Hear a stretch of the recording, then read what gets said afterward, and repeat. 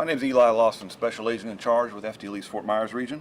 I'm joined today by Okeechobee County Sheriff Noel Stephen and Palm Beach Gardens Police Chief Clint Shannon.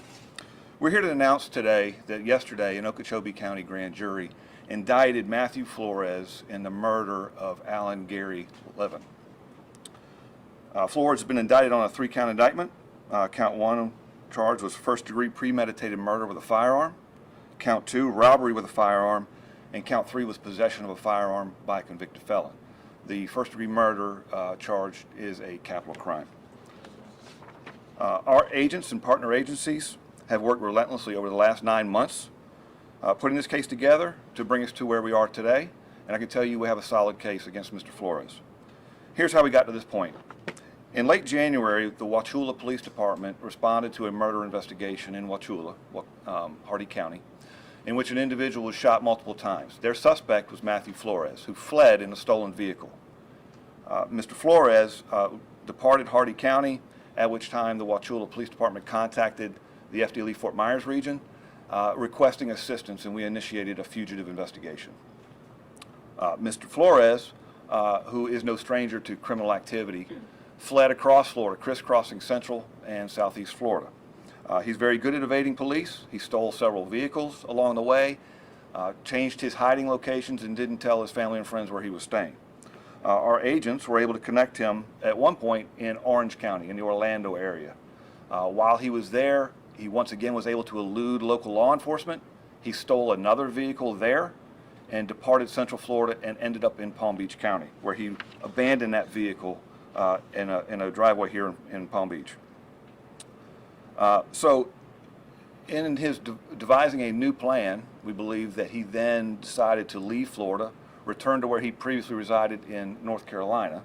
In order to do so, he solicited an acquaintance to call the Lyft rideshare service for him. It was unfortunately and sadly at that point, Mr. Levin was the one who responded to that call and picked up Mr. Flores. Our agents believe that at that point, Flores and Levin departed Palm Beach County, drove into Okeechobee County, where Flores murdered Mr. Levin. The following day, after Mr. Levin was missing, the Palm Beach Gardens Police Department was contacted, and they initiated a missing persons investigation. Investigating that disappearance, the detectives with the police department were able to place Flores as the last Lyft passenger with Mr. Levin. Mr. Levin's vehicle, a red Kia 2022 Stinger, was missing at that point. FDLE agents and the detectives from Palm Beach Gardens were able to link Flores in that vehicle and driving into North Carolina. We contacted North Carolina authorities to be on the lookout for him. They did find him, but he wasn't finished running at that point. He continued to flee. Basically, he was south of the Asheville area. Fled into Rutherford County, where the Highway Patrol and local sheriff's office were able to force him off the roadway, where he crashed, and he was taken into custody. Continuing the days after that crash, our agents backtracked their path that we believe they took, and on February the 4th, FDLE special agents found Mr. Levin's remains in Okeechobee County. Mr. Levin had been cruelly dumped in a rural area, wooded area. His murder was cold, it was senseless, and completely unnecessary. Mr. Levin was a beloved member of the community here in Palm Beach. He's a father and a friend. His loved ones have experienced insurmountable grief no one should ever have to go through. We thank the family for their patience, their assistance as we built this investigation, and I ask that we all be respectful of their privacy as they continue through their grieving. I want to thank the FDLE special agents that worked this investigation, particularly in our Sebring field office, who worked as quickly as possible to find Flores and make sure he was arrested and to bring his violent crime spree to an end. Our agents were uncompromising in their pursuit to locate him and bring him to justice. Finding Flores and building this case would not have been possible without the assistance of the Palm Beach Gardens Police Department. Their detectives did a phenomenal job working diligently in their missing persons case. I also want to thank Okeechobee County Sheriff Noel Stephen, his deputies who assisted us at the crime scene and continuing the investigation afterwards. And I also want to thank the State Attorney's Office for the 19th Judicial Circuit, who will be prosecuting this case, and we look forward to working with them on a continued basis towards a successful prosecution of Mr. Flores. Matthew Scott Flores ultimately is where he belongs. He was extradited last month from North Carolina to Hardee County, where he remains, and he was served with his indictment on this case just yesterday. At this point, I'd like to invite Chief Shannon, if you'd like to say a few words. Good morning. My name is Clint Shannon. I'm Chief of Police of the Palm Beach Gardens Police Department. Just want to say very briefly, I wanted to commend the work of multiple law enforcement agencies in this case. There was some absolutely incredible investigative work done. We could not be prouder of the Palm Beach Gardens investigators and all of the investigators in this case. Secondly, our hearts go out to Mr. Levin's family. We have worked very closely with them since the onset of this investigation, and we are going to continue to stand by their sides as we work our way through the future proceedings. That's it. Thank you very much. And Okeechobee County Sheriff Noel Stevens. Good morning. I'm blessed to be the Sheriff of Okeechobee County. My name's Noel Stevens. I just want to say how appreciative and proud I am of the collaborative effort of the law enforcement agencies involved in this. It's been good cop work, bringing an individual that needs to be in jail to jail, and we'll say our prayers for our grieving family. Thank you. Thank you, Sheriff. So finally, I would like to say that the investigation does remain active. There's not a lot more details we can share, but at this point, if there are any questions, we'll do our best to answer them. One quick question, Dave Bowman, I'm with WPTV. Why did it take so long when it appears, at least to the outside, the evidence to arrest him had been in place for quite some time? For this particular charge? Yes, absolutely. So because he was in custody early on, it afforded our agents the time to build our case. He was our suspect all along. But because he was in jail in North Carolina, he's remained there since he was captured. There was no urgency to basically make known all of our evidence. We allowed us to take our time and make sure we had a rock solid case. Were you in touch with the family, counseling them for the patience it took? Because they certainly would want an arrest as soon as possible. Absolutely. So we've been in constant communication, and I applaud again Palm Beach Gardens Police Department. Their victim advocates are in constant communication with them, and they understood the process. Do you know the cause and manner of death? Yes, gunshot. Was he shot inside the car or outside the car? We believe inside. Are you guys seeking a death penalty? So that's an announcement that's not been made yet by the State Attorney's Office. The maximum penalty is death, though, in this case. What was the extent of, did Mr. Flores ever admit kind of the details of his conversation with Mr. Levin, either before when you got inside the car? Yeah, good question.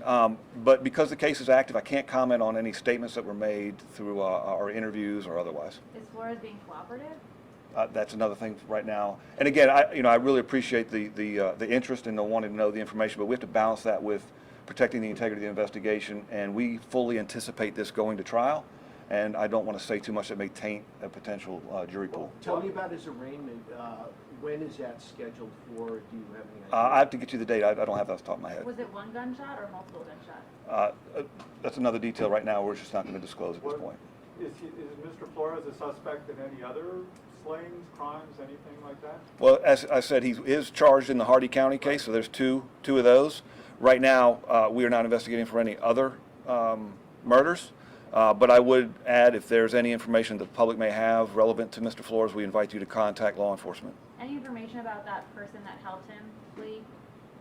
The young lady that, yeah, so she's been charged in Hardee County in that case. This was prior to Mr. Levin's death, for aiding his escape. Has the victim's family reacted to the indictment? What are they reacting? So what I can tell you, obviously the victim's family, Mr. Levin's family, they're devastated, they're grieving, but I think they're happy that justice is finally being served. Will Flores be brought here, or is he staying in? He will end up at Okeechobee County for arraignment on this case. Do you have any idea which case will be tried first? You have one in Hardee County. That'll be a decision between the two state attorneys. I mean, Hardee County got to the case first, so that'll be between the prosecutors. The person who assisted him with the death, are they facing any charges? I'm sorry, I The couldn't. person who assisted him with the death, Oh, no, there's no indication they were assisting him for a criminal purpose. Chief, could I ask a quick question up the mic? Just wondering what you can share with us of your communications with the family throughout this relatively long process between the time of Mr. Levin's death and his charges. As Zach Lawson said, we've been in constant touch with them from the onset of the missing persons case when Mr. Levin's disappearance was first reported to us. And, you know, like I said, we've stood by their side. Our victim advocate's been in close contact with them, and we'll continue to be. As was mentioned too, obviously, this is a very difficult time for them.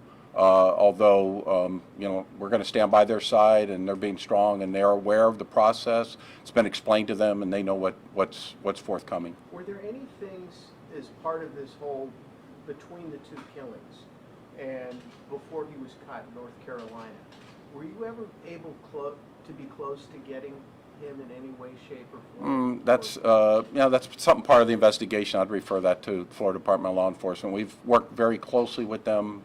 But obviously, they're the jurisdiction, the investigative agency in this case, so I'd refer that to them. Thank you. I understand there's surveillance video also that you guys were looking through. How much of what was just given to the public now was found through surveillance video? Again, I think they'll probably hold back some of that information involving the investigation. There was multiple leads throughout the case, all different types, and the specific nature of how we were led to him, we're going to disclose that at the time appropriate, but more likely as the trial approaches. You said Mr. Flores stole a couple other vehicles along his journey. Anything that was similar or to an extent like this case here with Mr. Levin, or any sort of other cases that were worth mentioning? I think the similarity was just his desperation to escape, not necessarily in his MOs. He was just on the run and constant. He stole at least 3 or 4 different vehicles throughout his spree, so that would be the extent of the similarities. We're almost going to have to wrap up. It's been reported that Mr. Levin carried a gun for protection. Was that the murder weapon, or was it another firearm that Matthew Flores? Again, that's not something that I can comment on this time.